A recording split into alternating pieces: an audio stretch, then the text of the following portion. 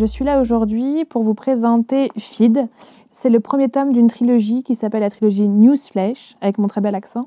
C'est écrit par Mira Grant, qui est un nom de plume pour une autrice américaine qui s'appelle Sinan McGeer. C'était traduit par Benoît Domy. C'est un roman qui est à la frontière entre du post-apocalyptique et du thriller politique, dans le sens où on est en 2034, et il y a 20 ans, il y a eu une apocalypse de zombies. Voilà, il y a eu des vaccins transmis par l'air qui ont muté tous les deux et qui ont réveillé un peu les morts.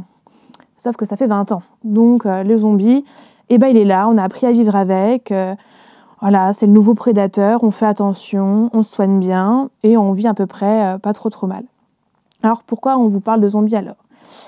Parce qu'au niveau politique, ça a un peu tout chamboulé et que donc nous, on suit sur ce roman Georgia et Sean Mason. C'est des blogueurs parce que la presse écrite a un peu mangé au niveau crédibilité pendant l'apocalypse. Et donc maintenant, la nouvelle information, c'est les blogueurs qui la transmettent.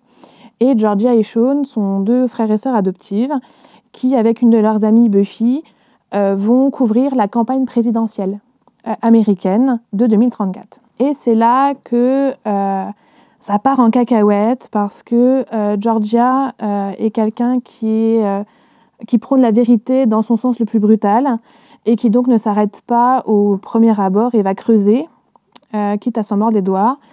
Et Sean est un aventurier un peu tête brûlée qui donc, tout ça va les emmener à creuser des complots où dans le cœur de ces complots, il y a ce fameux virus qui a transformé les gens en zombies. Et c'est génial. Et je n'ai pas réussi à le lâcher avant de terminer ce roman. C'est la cinquième fois que je le relis. Les personnages sont très bien caractérisés. Georgia, je la visualise dans ma tête. Elle est vraiment extraordinaire. Sean, il est super attachant. La plume de l'autrice est vraiment magnifique. Le livre est conçu autour d'articles de blog et c'est très haletant, c'est très original parce qu'on se dit on va être sur de la post-apo et non, c'est très politique, c'est très complot, thriller. Un petit conseil, si vous partez à l'aventure, ayez le tome 2 sous la main.